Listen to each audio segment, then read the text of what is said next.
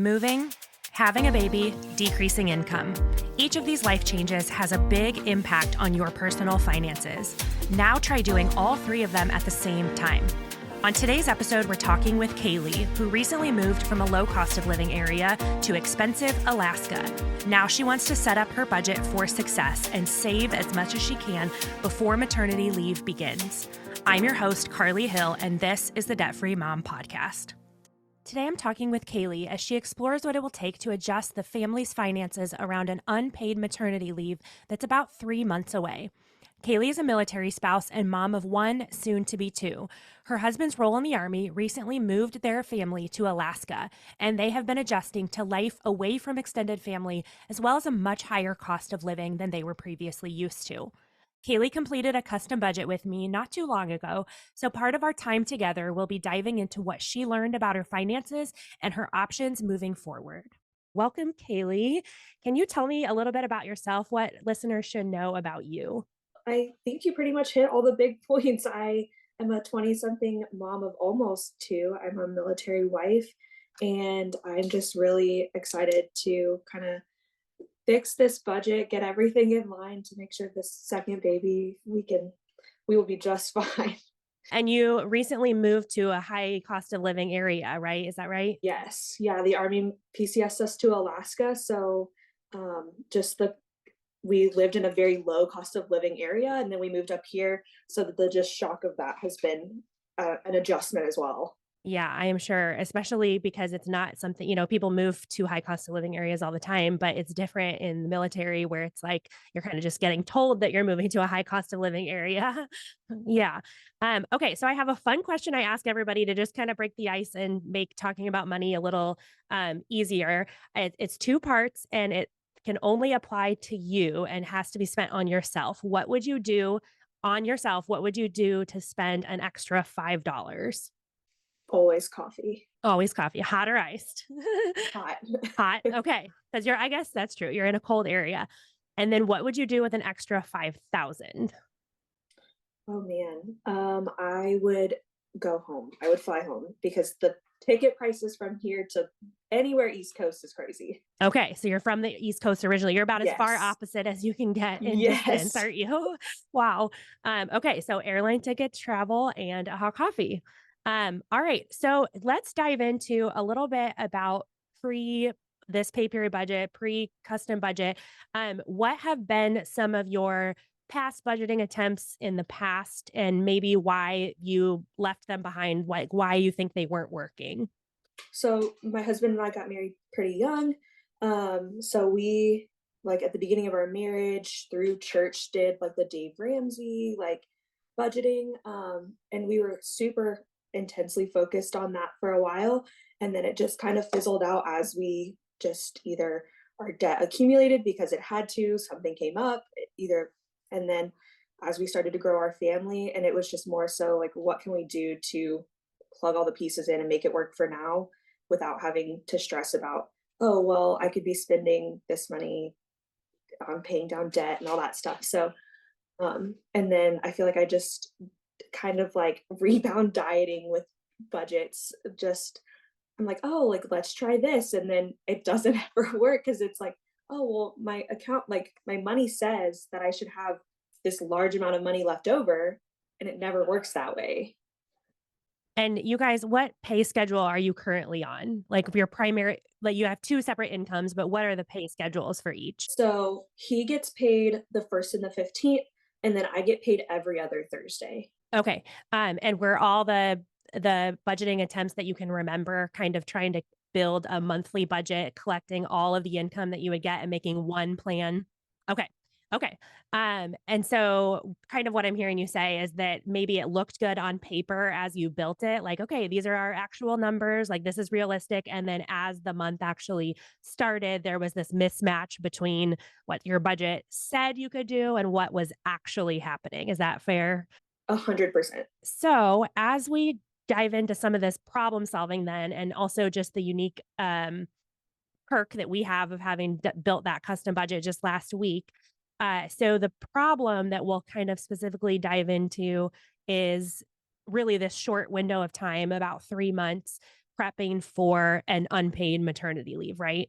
Yes. Okay. And about 8 to 12 weeks is what you're planning on or hoping for. Yeah. So, for listeners, as a custom budget, what I did for Kaylee was last week she sent a completed worksheet, which is called the finance snapshot, where she filled in their income, their expenses, kind of both bills and then also just spending, like shopping and Christmas and all that stuff, as well as debts, and then where their savings is at now versus where they would like it to be. And then what I did was take all that and plug it into the pay period budget template where we set it up according to pay period so that she could kind of see it laid out, not set up in a monthly budget like we just kind of talked about, but instead setting it up by pay period. So there's two different incomes that you have that were on different pay schedules. And so I can kind of tell you,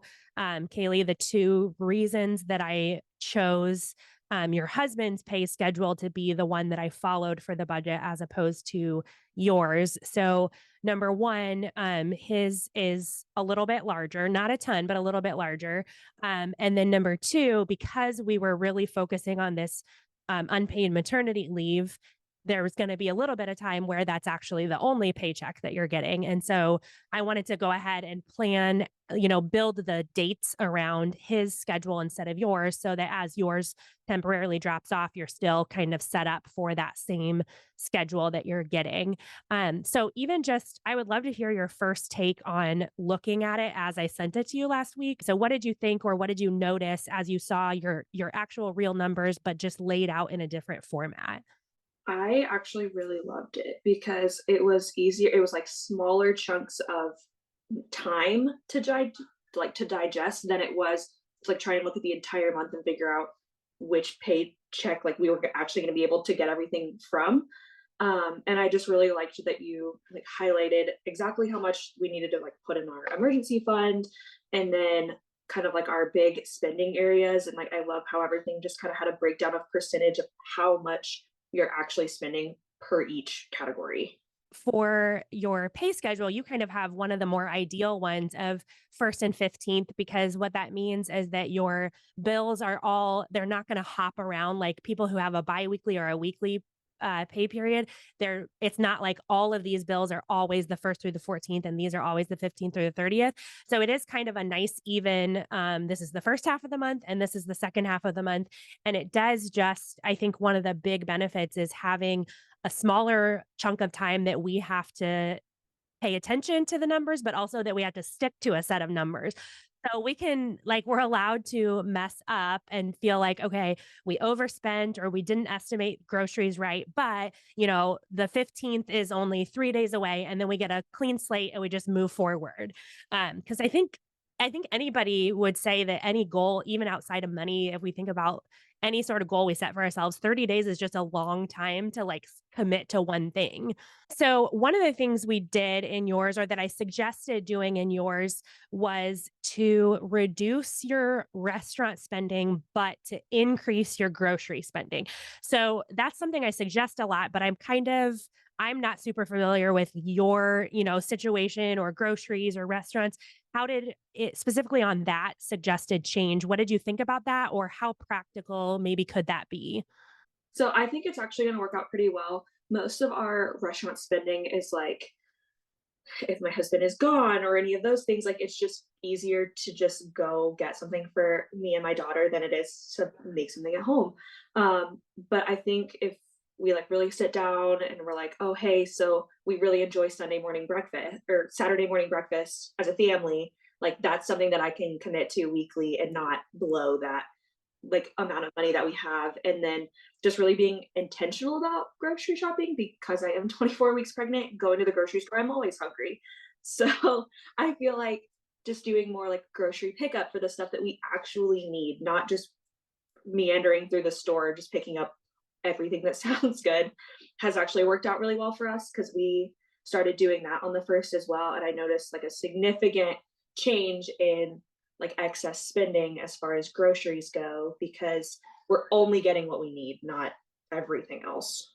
Yeah, anything and everything that sounds good. So what we broke it down into was, or what I suggested was $100 a week roughly for groceries. I mean, some of your pay periods are going to be a little bit longer than 2 weeks, but not by much. So suggested $100 a week for restaurants, and which was a reduction of 100 a week. And then also adding 30 a week to groceries. So hopefully, rough numbers are that a dollar goes about 3 times farther in the grocery store than it does in a restaurant. So my hope was that by taking away $100 a week in restaurant and adding 30 a week in grocery, that I was giving you roughly the same amount of food, that it would kind of be like, two fast food lunches or something out that we skip, and that we add grocery money, so that the obviously, like, I'm never suggesting that people eat less, just that they spend less on the same amount of food, right? Um, okay, so good. So that was one of the suggested changes. And let me see. So in the original budget, the total spent on or planned to spend on food across the 6 pay periods was $4,080. And then with those suggestions of reducing the grocery or restaurant, but increasing groceries, ended up with $3,720. So it was a little over $360 across those pay periods, with, again, hopefully the same amount of food. So that is a decent change, just giving a little bit of breathing room to your budget while still feeling like you're eating the same amount. Okay, let's talk about personal spending cash. That was something that I added into your budget. So in the original budget, or in your finance snapshot, you had kind of listed just like roughly $400 a month of just kind of catch all miscellaneous spending, right? The most random, like, instant gratification purchases. Like, so, and I just really needed a hard number for, like, this is what we got. Like, this is it. So did that, as you filled out that worksheet, did it surprise you how much it was? Or were you kind of like, yeah, that feels about what's No, it was a kind of a big shock. And so was like our restaurant and coffee, like how much we spent on like coffee and stuff.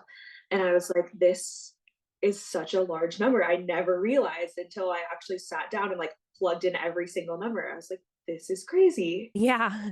Yeah, it's crazy because it's like we feel like we know, groceries, how much we're spending, because we only go like a couple times a month and it's this big amount.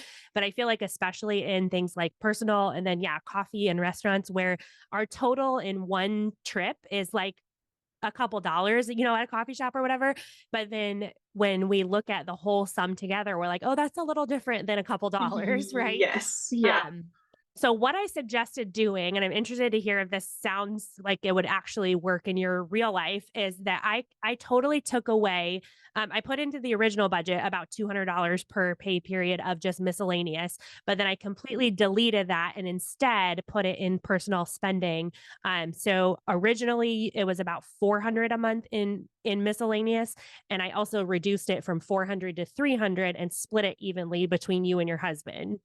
Um, so some couples have like one person that's like needs a lot of personal spending and one that doesn't. So not always does it have to be the same split, but I'm curious if that looks like something that would kind of work for you guys.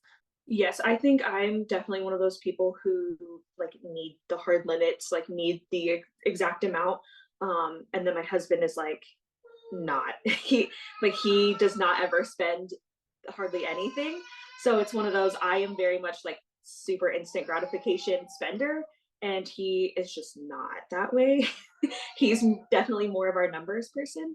Um so I need the hard limits, he does not, but I think that amount is going to work perfect because even if I don't spend that much, I'm like, oh, I can just move it to savings, or like to the next one, like save it for something that's maybe a bit bigger or any of those things. Yeah, and I think when we take the same amount, so it was like about $100 less, where it was 400 in miscellaneous, and now it's 300.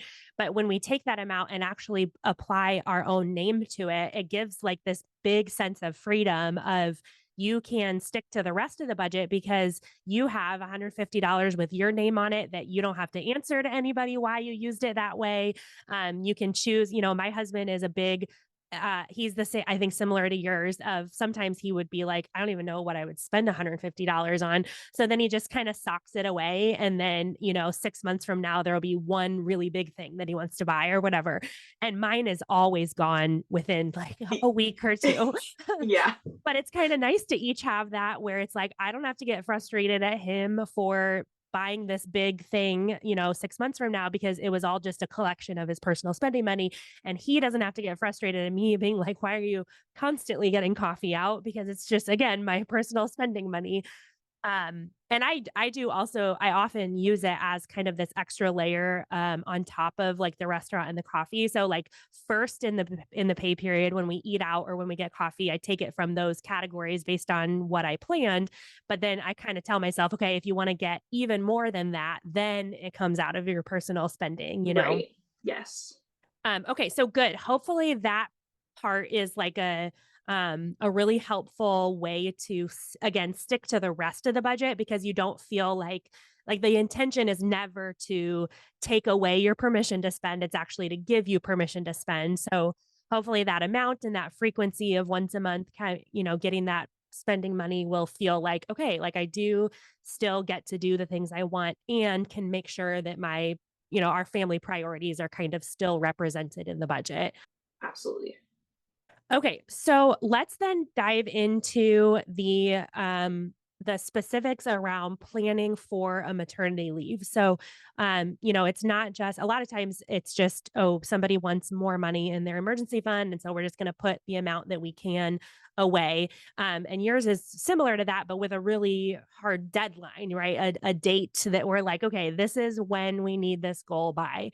Um, so I remember when I filled it out that I basically once I made those couple of changes to the spending, then I was just taking, okay, however many dollars are there left and whatever is left, let's just start to put it into savings for that maternity leave. Um, is there a number in mind where you were like, this is the amount that we kind of need to have in advance?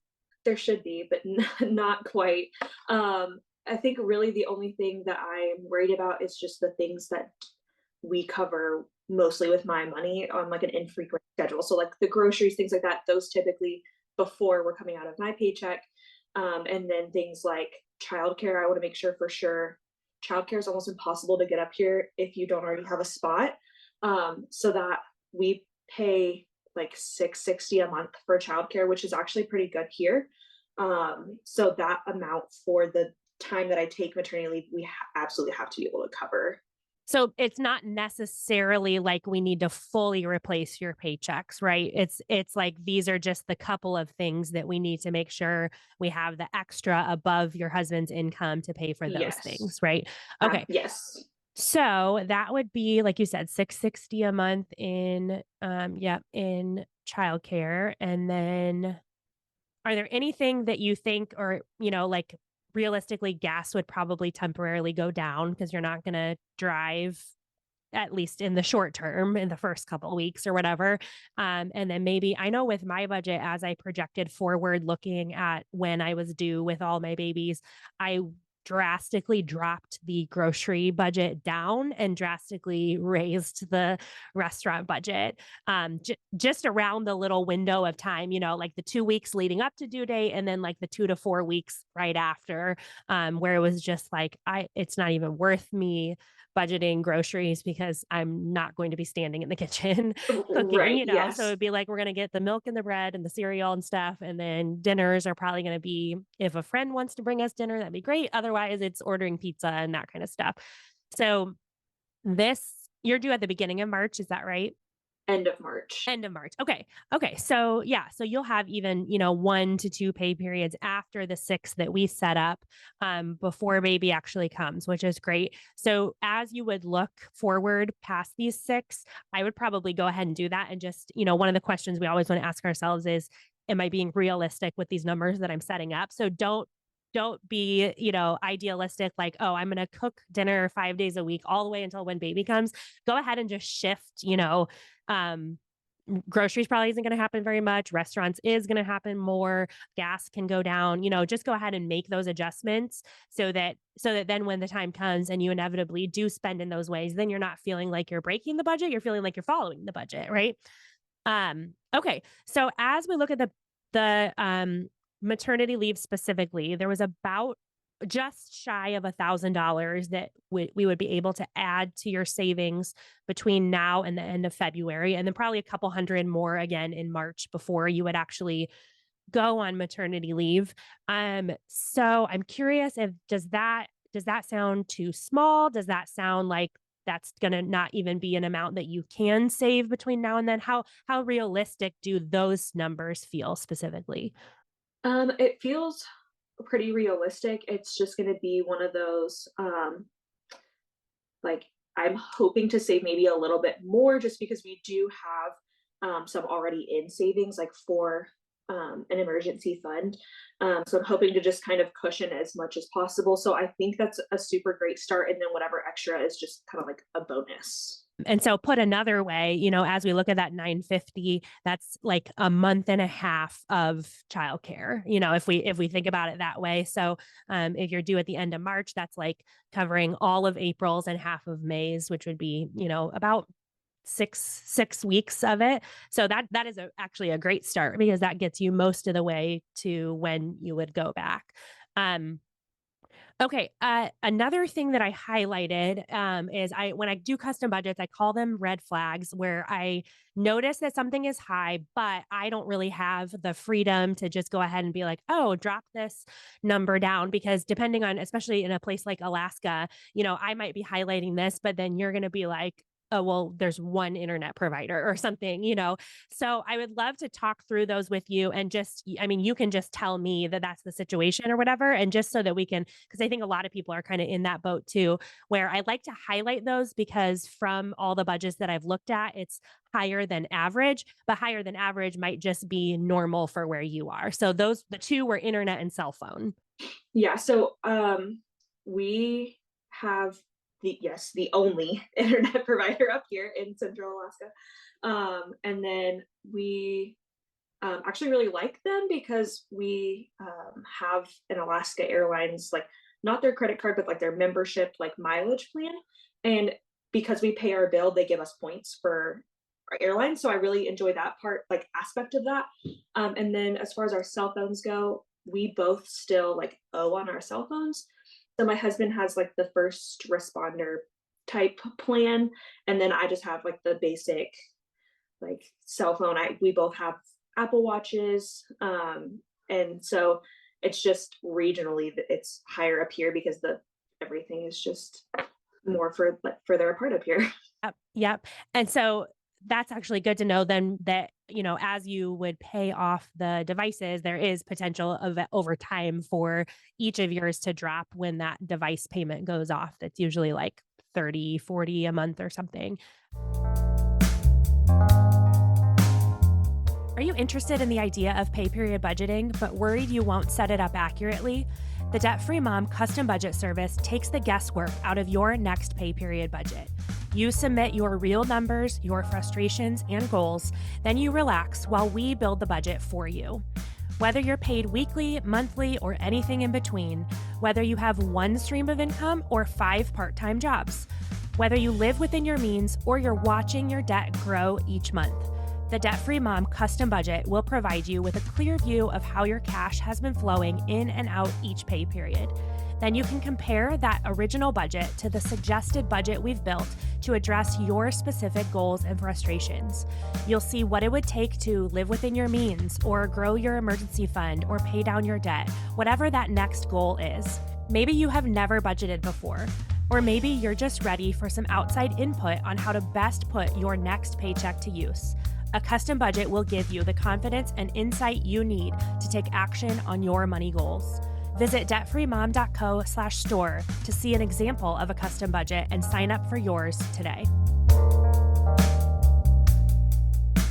Let's talk post maternity leave. Like, let's say, I think I put in my message to you even like as we're getting ready for a baby to come. It's never a time in our life where we like meet these massive financial goals. It's just kind of like keep the status quo, get through everything, eat the food you need to eat, whatever.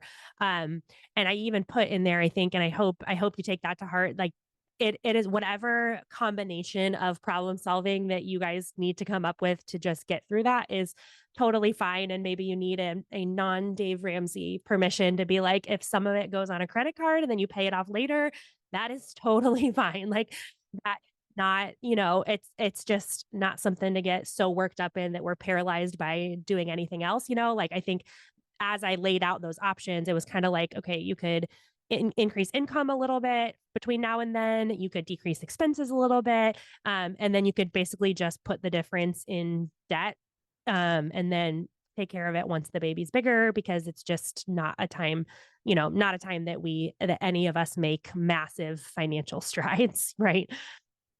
Okay, so then let's fast forward to, let's say, okay, you're due end of March. Let's say like July, where we're kind of back to, life has kind of resumed with work. Is childcare gonna double for two? Like I was saying, childcare is extremely hard to get up here. So we actually have a friend who's offered to watch our newest until we get a spot at the same center that my oldest one is at. So it may not be quite double. We are definitely going to pay her for her time, but she is willing to do it at a much lower rate than like the center is. So maybe not double, but then we're also just there's family that haven't even met my oldest one yet. So we're definitely trying to look at long term, like setting up sinking funds to be able to travel to visit all the family that hasn't met even our oldest yet. Either of them. Yeah, at that point. Okay, great. So at this point, it looked like, let's see what the average, on average, there's currently an extra 160 a pay period with the way that we set it up. So that's kind of the base number that we would go off of to then say, okay, if we wanted more extra than that a month, that would basically mean either a little bit more in income or a little bit less in expenses, over and above what we currently wrote down. And so I do think it would be a really great goal for you guys after, again, we're talking like July, after the transition of everything, to look at paying down at least one or two of your debts. Not just because, we want to pay off debt, but also because as we free up those minimum payments, you'll really expand your cash flow. Basically, it'll feel like you got a raise because you have this big bill that you're no longer paying. So ideally, I think, you have, I guess, okay, for listeners, there's two credit cards and two vehicles, basically. And so I think the smallest credit card would be the one I would really focus on first, because it's substantially smaller than all the other ones. So you'll get to pay it off fast and basically give yourself a $150 a month raise when that's gone, and eliminate that minimum payment. And so I think, long term going forward, this kind of combination of there's things we want to save up for, but then there's also debts that if we pay them off, we can actually save up for the other stuff faster than if we didn't. And so I think, especially with the two credit cards, the combination of those two is $460 a month. And so about triple per month extra what you currently have, which would mean that, airline tickets would take a couple months to save up instead of, most of a year or whatever. So is that kind of what you guys were in terms of order of goals, what you guys were thinking long term of wanting to tackle the debts faster than minimum? Yes. So um my credit card is the super small amount. That 150 isn't our minimum payment. It was the one where I was like, I'm comfortable paying that much monthly. Because my minimum payment, I think, is like maybe half of that. So I was like, I need that because I hate looking at that number. And I'm like, it needs to go down quickly. And then we've kind of just been trying to get everything else paid down. But that it was one of those, like, how do I stay motivated when the numbers are large and like a little bit overwhelming to get them lower, more manageable. Yeah, and at that lower minimum payment, your balance itself was probably barely going down with interest the way it was. So, yeah, paying a little bit more than that. So what I think you could do is once, you know, that first once you're back to work, and you feel like there's still at least a couple thousand in your emergency fund. I wouldn't drain your emergency fund and then try to focus on debt with a very, very small emergency fund. I would first 2 to 3,000 probably would want to have set aside. But once you would do that, I would then take all these transfers to savings that we're currently planning because of maternity leave and not try to, you know, spread yourself too thin doing multiple things at the same time. Like once that emergency fund has 2 or 3,000, pause doing that and focus, take all that focused money towards those debts. And that 2,900 won't take too terribly long to pay off if we do that, you know. Um, because if you're currently, you know, if you're already used to paying 150 a month, and then we also have, you know, another 400 or so a month, that'll just honestly take a couple months to be all the way gone. Um, which would be great. And you could even, you know, instead of doing like a debt snowball kind of thing where you're like, okay, this 150 that was going to this credit card, now we're going to put it towards the next debt. You could set up a travel sinking fund and start doing 150 a month into that, you know, after that first credit card was paid off, just start doing a transfer of 150 to a travel sinking fund. And your budget it would be the exact same numbers. It would just be that it's going towards something that you're excited about instead of a credit card. So as we're talking about debts, are there so our truck we've had for a couple years now, and we were looking at like the advantages and disadvantages of refinancing that auto loan. Okay. So there's a few things to kind of ask yourself as you're looking at that.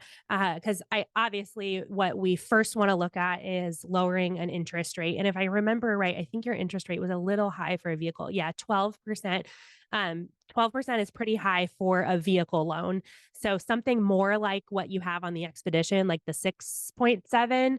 I mean, cutting an interest rate in half can have massive impacts on the minimum payment. So that would be a really good way to add your breathing room. A couple things to ask, you know, above what's the interest rate would be closing costs because there is a cost to refinancing. Whoever the lender, even if you're staying with the same lender, they're going to charge you an amount to process a refinancing. And then also, do you know like how much length of time is left on the loan currently? Oh boy. Yeah, I want to say like 3 years. So we also want to make sure that we don't sometimes when we say we want to refinance to a lender, they will the only thing they'll have in mind is that you want a lower monthly payment. So they'll not only suggest a lower interest rate if they can offer it, but they'll also suggest a longer time frame because when we extend the length of the loan, we decrease how much we have to pay on each month, but that often adds up into a lot more interest going to them because the time frame is so long.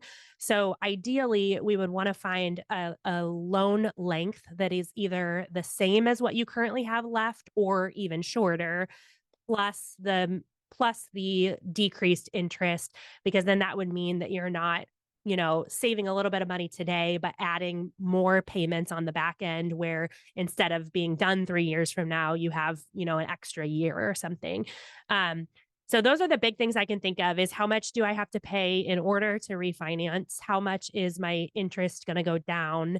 And then is the length of the loan at least the same that I have left, ideally shorter?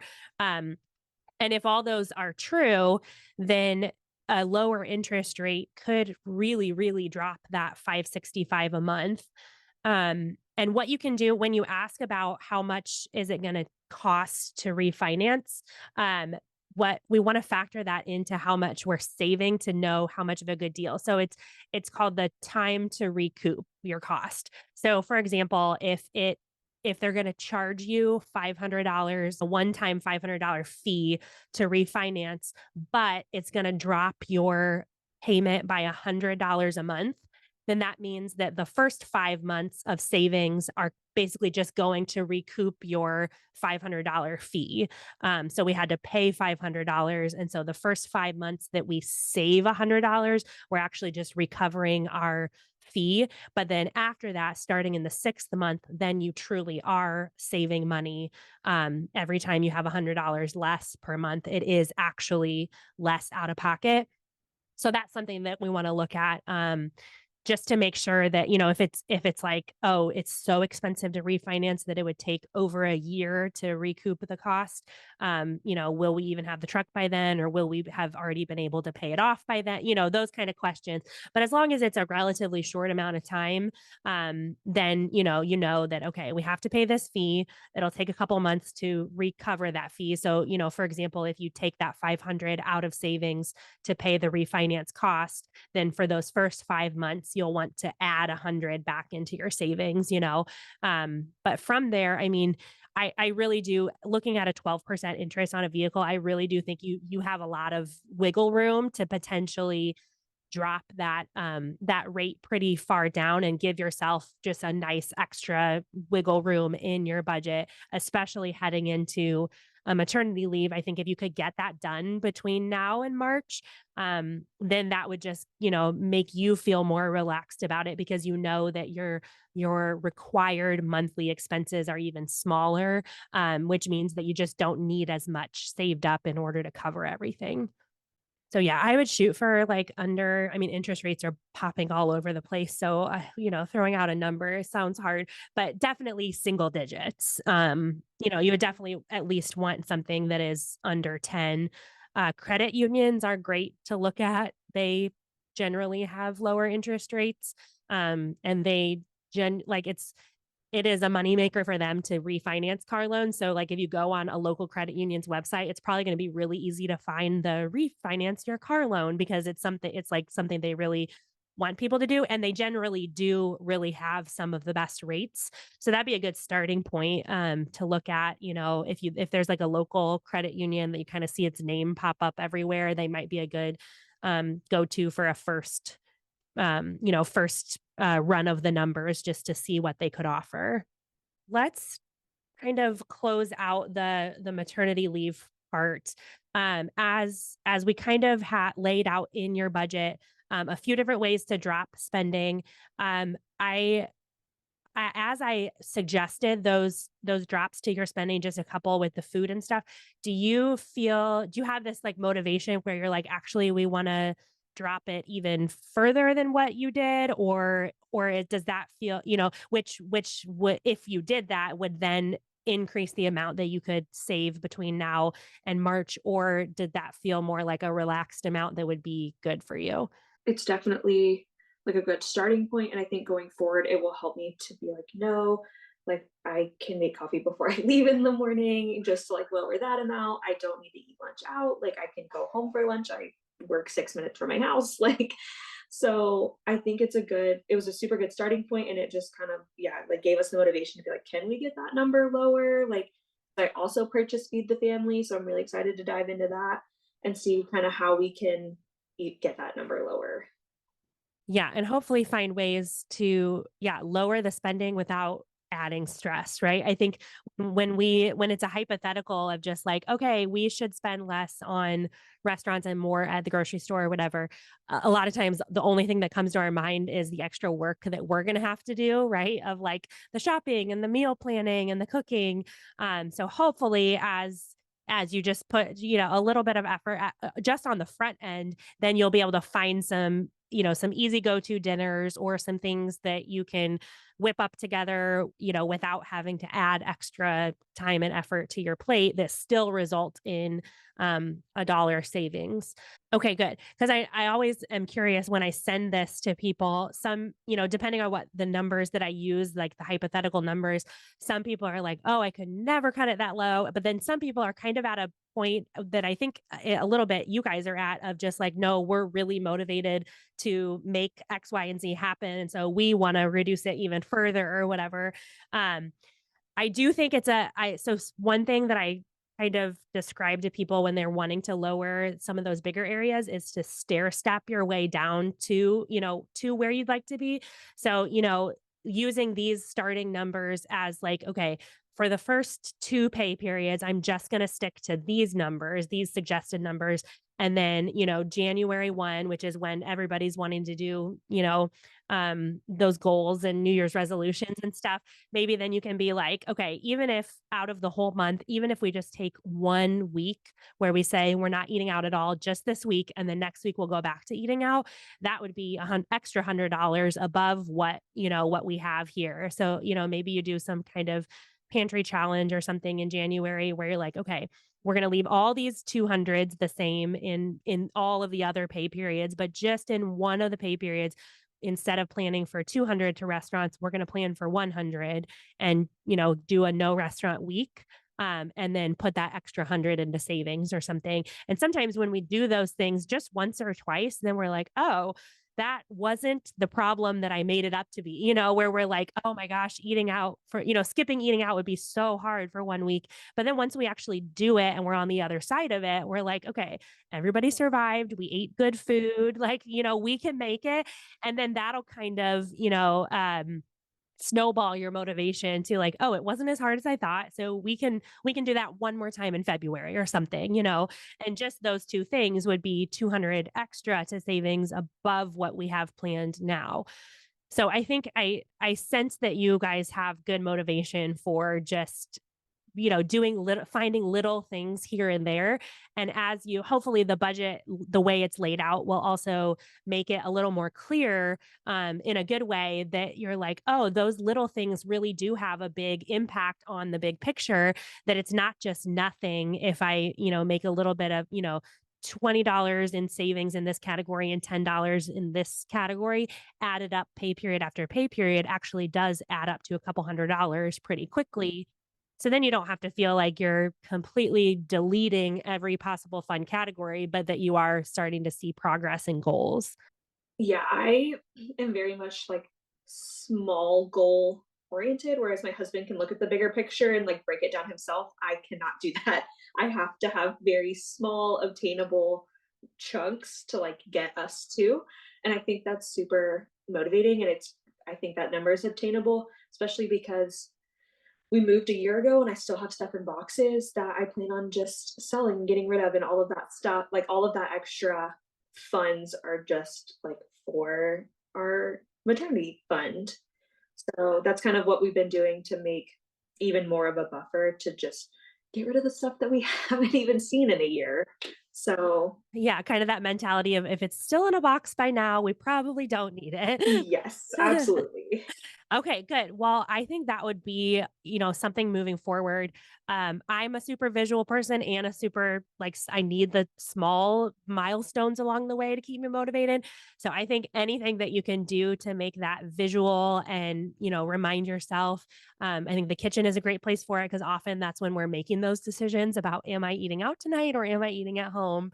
And so seeing that and having that $500 a month goal would be an excellent way to all of a sudden get to, I think between now and March is just going to fly. And then you'll be like, oh, we did it. Like we had that wiggle room when we just took a little bit of extra effort towards it. Another thing that would potentially have room for extra savings is that I did give you about $120 of a budget buffer on every pay period. So I left about $120 per pay period that I didn't assign to anything, just so that I could, be that buffer that absorbs any little thing. But that would be another little game that you could play with yourself, basically, of anything that's left at the end of the pay period gets to go into our maternity fund. So I'm going to, monitor that budget buffer. And even if it's an extra $17 on December 14th, I'm going to go ahead and transfer $17 in there. Um, and that will also add up, I think, in a really good way.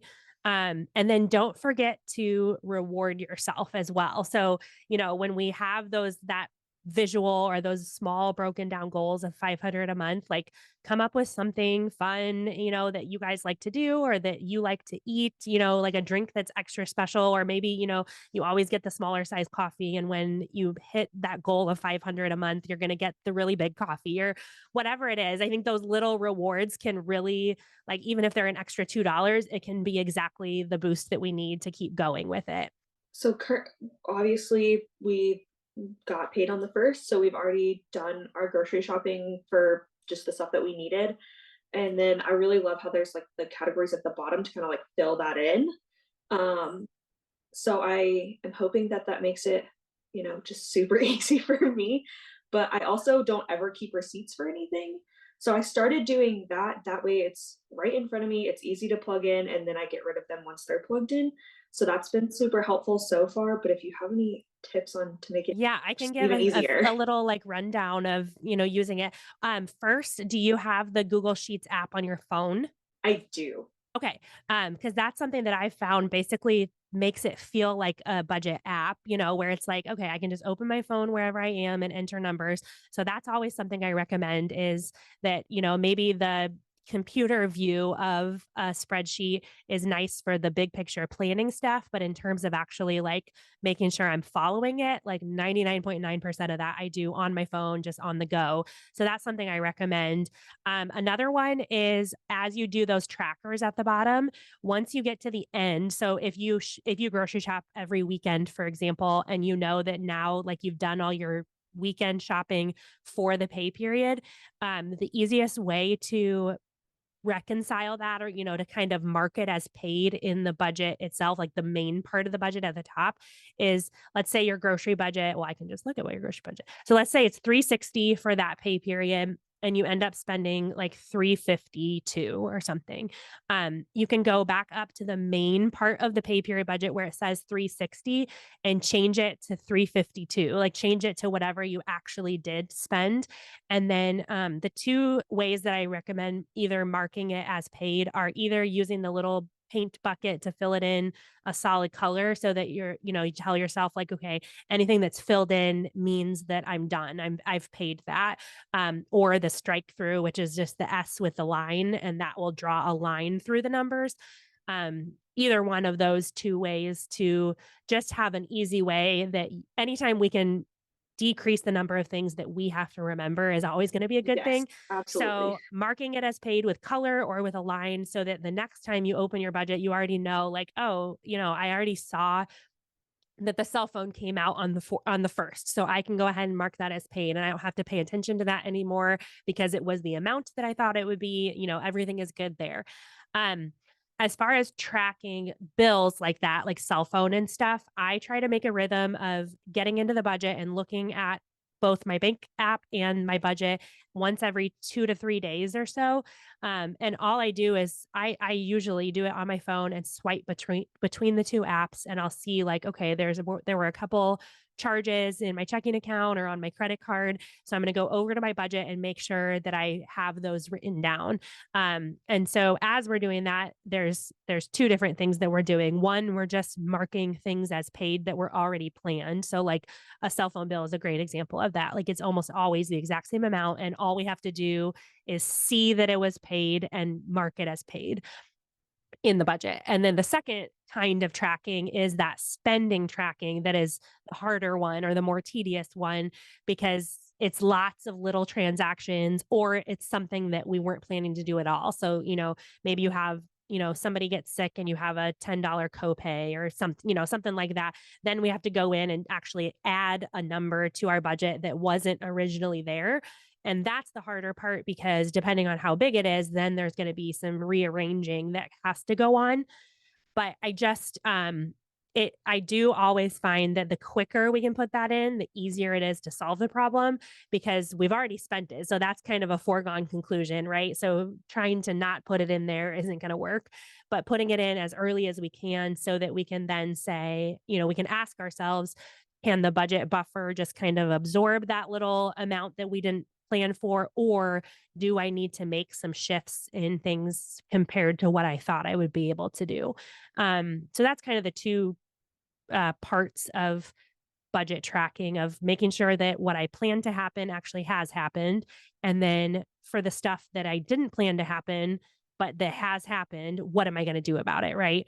Um, and I think that's the important that part is the important part to have a little bit of just persistence and resilience and to tell yourself that like every single pay period is always going to have stuff that you didn't plan for but that you do spend. Like I think a lot of times people get caught up in when I spend something that wasn't originally in the budget, I've broken the budget or I've wrecked the budget. And if that's the case, then we're all out here wrecking all of our budgets all the time, Right. right? Yes. Because we're never able to perfectly plan for every little thing. So as we kind of build a little bit of persistence that, okay, every time something like that pops up, I'm just going to open my budget, put that number in, whatever it was, wherever it goes. And then when I see how it impacts everything else, I can make decisions about what I need to do. Sometimes it can just get absorbed by your buffer and you don't need to adjust anything else, and sometimes you do. And so then, we look at, okay, maybe I need to put a little bit less into the emergency fund than I thought. Or if I don't want to do that because I'm really motivated to save that up, maybe I'm going to skip one or two things in a different category instead. Um, and as we do that, it takes work, I think, at the beginning, but the more that we do that, the more you'll kind of find what your good go tos are, where you're like, oh, yeah, every time that pops up, here's what I tend to adjust out of, or here's the category I tend to pull from. And it'll take you less and less time each time because you just become used to it. Yeah, I really do appreciate like the buffer because yeah, there are the just random things that come up and you're like, where did these even come from? Like I was not expecting that. So yeah, I've always done like the zero based budgeting, which every dollar has to be allocated. But I kind of like that there is a buffer because an other category just means that I can spend it on whatever instead of there being like, oh, hey, just in case like something comes up, that's what that's in there for. Yeah, I think when I started doing that for myself, I think it was because I kept finding myself feeling bad or feeling guilty about expenses that were like nothing to feel guilty about. So it'd be like something broke and I needed to go replace it. And I'd be like, oh my gosh, it's like wrecking everything. And my budget was so perfect. And now we need light bulbs. And so now it's all ruined. And so I think I like finally told myself, like, okay, that is just part of life. Like that is just, there's no reason to get worked up about something that small. And so the answer to me was if you basically assume, that budget buffer is an assumption of, I don't know what's going to happen, but I do know that something is going to happen. Right. And so then we just give ourselves a little bit of room to, cover that copay or buy those light bulbs or get an extra cup of coffee. And it's just absorbed out of the buffer and we move on with our day. Yes. I just want to say thank you for coming on and doing this with me. I know it's kind of intimidating or difficult to maybe get on with a stranger and talk about your finances, but I really appreciate it. And I think that so many people will relate to where you are at. I mean, I have tons of, moms and new families and stuff that are listening that will definitely hear their own story in your story of something like maternity leave coming up imminently. Yes. Thank you so much for having me. I really appreciate the custom budget and all of the answered questions. And I'm super excited to deep dive into all of the rest of PBA.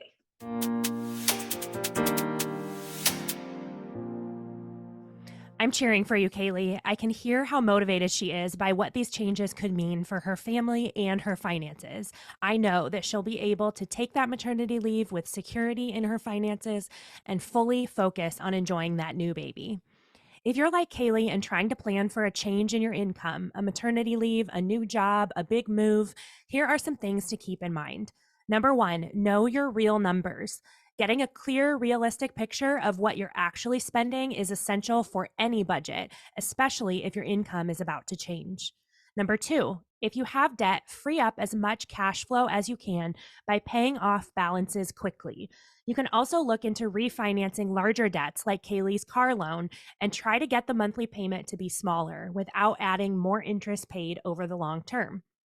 Number three, remember that a transition always brings the unexpected with it. Build in a buffer to your budget and to your bank account for those little things that just seem to pop up because they always will.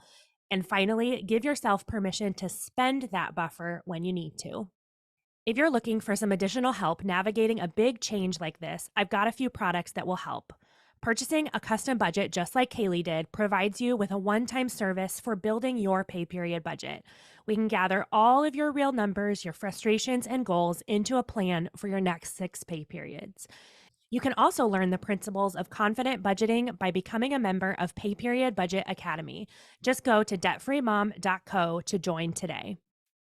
Thanks for listening to the Debt Free Mom podcast. If you want to join me as a guest on the show, go to dfmpodcast.com. The Debt Free Mom podcast is hosted by me, Carly Hill, and is produced, edited, and mixed by Kyle Hill. Music for this episode was written by Kyle Hill. Hit subscribe wherever you're listening to join in with every new episode as we grow our confidence and contentment in our personal finances.